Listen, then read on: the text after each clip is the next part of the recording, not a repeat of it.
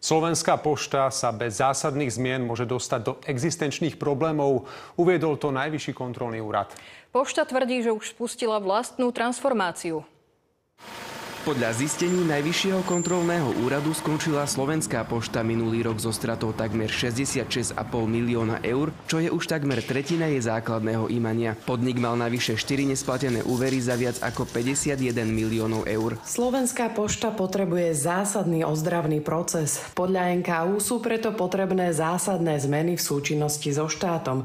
Slovenská pošta súhlasí so zisteniami Najvyššieho kontrolného úradu. Výsledky potvrdzujú nevyhnutnosť transformácie, ktorú Slovenská pošta spustila s cieľom modernizovať služby, zvýšiť efektivitu prevádzky a zabezpečiť dlhodobú finančnú stabilitu podniku. Minulý rok Česká pošta skončila so stratou 4-krát väčšou ako Slovenská pošta. Je to štátny podnik, ktorý čelí klasickým problémom ako väčšina štátnych podnikov, a to je problém s efektívnym manažmentom, problém so správou majetku, problém s obstarávaním, problém s veľkou prezamestnanosťou. Pošta plánuje zrušiť 47 málo využívaných pobočiek a časť vidieckých prevádzok premeniť na partnerské franšízy. Zavádza aj nové digitálne služby, samoobslužné kiosky, balíkoboxy a elektronické potvrdenia o úhrade dobierky. Ľudia najčastejšie využívajú služby spojené s doručovaním zásielok. Teraz len preberanie balíkov a ináč, keď posielam list. Preberanie zásielok, tých doporučených najčastejšie zo služieb, výpis katastra nehnuteľnosti,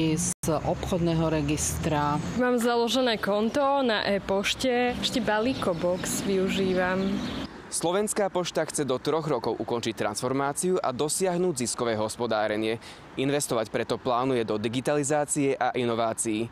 Samuel Rešetár, Slovenská televízia.